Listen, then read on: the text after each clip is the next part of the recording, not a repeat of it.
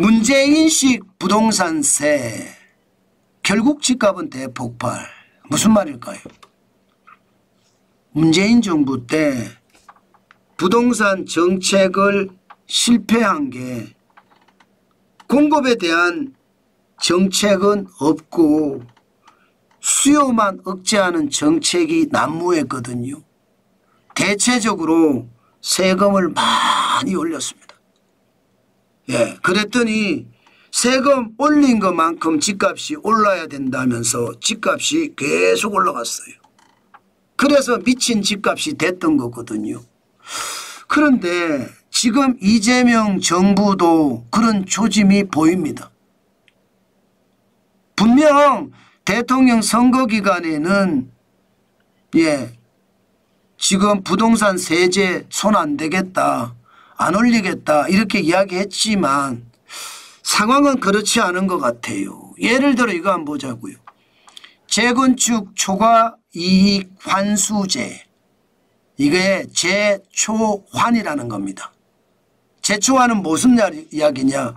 재건축 초과 이익이 8천만 원이 나면요, 재건축 초과 이익 환수액은요 8천만 원의 최대 50%까지 4천만 원을 환수한다는 게 재건축 초과 이익 환수제입니다.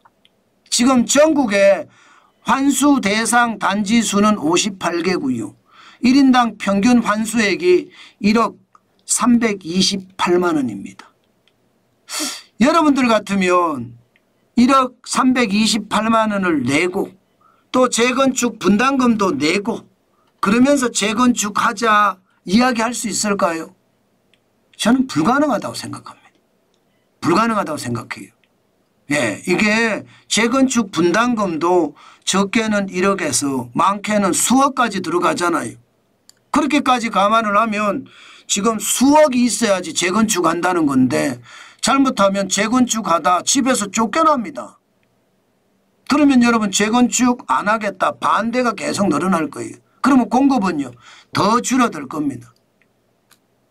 실제로 서울을 안 볼까요? 서울은 이거보다 많습니다.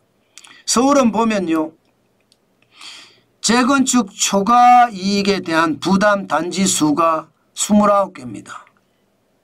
서울의 평균이 1억 4,741만 원이에요. 전국 평균의 1억 328만 원에 비하면 굉장히 많죠. 더 놀라운 것은 강남권 단지인데 여기는요 3억 9천만 원이나 됩니다. 3억 9천만 원. 그러면 재건축 분담금이 예를 들어 뭐 3억이다 이러면 6억 9천만 원이 있어야지 재건축을 한다는 이야기잖아요. 6억 9천만 원이 없으면 재건축한다고 하면 쫓겨나야 돼요. 그러면 여러분 재건축하는데 동의하겠습니까? 동의 안 하죠. 재건축은 계속 뒤로 밀릴 겁니다. 그 정도로 말입니다. 이거 자칫 잘못하면 부동산 시장에 엄청난 트리거가 될 겁니다. 게다가 공급이 지금 굉장히 나쁘거든요. 공급이 보시면 주택 인허가는 작년 대비 작년에도 많이 줄었는데 지금 작년 대비해 보면 24.1%가 줄었습니다. 12만 6천 가구예요. 이게 10년 평균이 56만 6,701가구인데 거기에 비하면 지금 12만 6천 가구, 작년에 42만 8,200가구 굉장히 낮았죠. 저는 이거 말입니다. 결국 공급이 제대로 안 일어난다고 생각해요. 인허가만 이런 줄 아세요?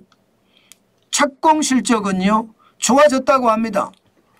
착공이면 이제 공사에 들어간 거예요. 전년 대비하면 31.5%가 늘었다고 해요. 그러나 10년 평균을 보면 56만 9,874가구잖아요. 작년에 30만 5,300가구예요. 2023년은 24만 2천 가구고요. 그러니까 굉장히 낮아요. 지금 높아진다고 해봤자 주택에 대한 공급은 더 적다는 뜻이에요. 여기에다가 분양도 마찬가지입니다. 분양은 지난 10년 평균이 35만 2,063가구였거든요. 그런데 작년에 23만 가구 공급했고요. 2023년에 19만 가구. 그리고 22년에도 28만 7,600가구밖에 안 됩니다. 그런데 올해는 93.2%가 늘었어요. 9만 800가구로 굉장히 많이 늘었습니다. 그러나 10년 평균에 비하면 굉장히 낮습니다. 결국 말입니다. 안 그래도 공급이 적은데 여기에 재초환까지 손을 대면서 재건축 분양, 재건축에 대한 어떤 상황을 더 꼬이게 만들면 집값은요 폭발합니다. 저는 진짜 집값 폭발한다고 봐요. 이미 사실 폭발했어요. 2025년 6월 16일 현재 0.36%잖아요. 올라간 게. 2018년 9월 10일 0.45% 이후 7년 만에 최고치잖아요. 결국 말입니다. 이재명 정부가 어떻게 할지 더 두고 봐야 되지만 현재까지는요. 별다른 대책이 안 나오는 걸 보니까 결국 말입니다. 집값은 더 올라갈 가능성 저는 굉장히 높다고 봅니다. 제가 저녁에 말씀을 드렸어요. 예, 민주당이 집권을 하게 되면 집값은 굉장히 많이 올라간다. 제가 말씀을 드렸습니다. 제가 말씀드린 대로 그대로 된 거예요. 돈을 계속 푸니까 당연히 지금 더 힘들어질 거예요. 저는 그거 앞으로도 심각하게 갈 거다 이렇게 생각합니다. 여러분, 집값은요 시장 원리예요. 공급이 많으면 당연히 집값은 떨어져요. 수요가 줄면 당연히 집값은 떨어져요.